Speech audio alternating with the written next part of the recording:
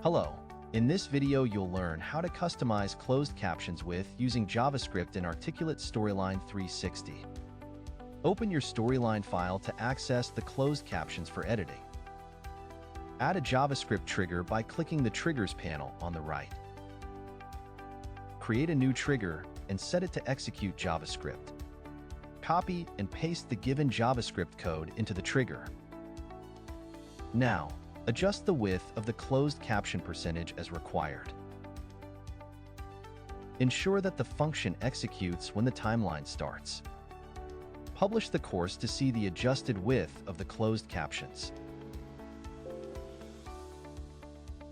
And there you have it, a customized closed captions.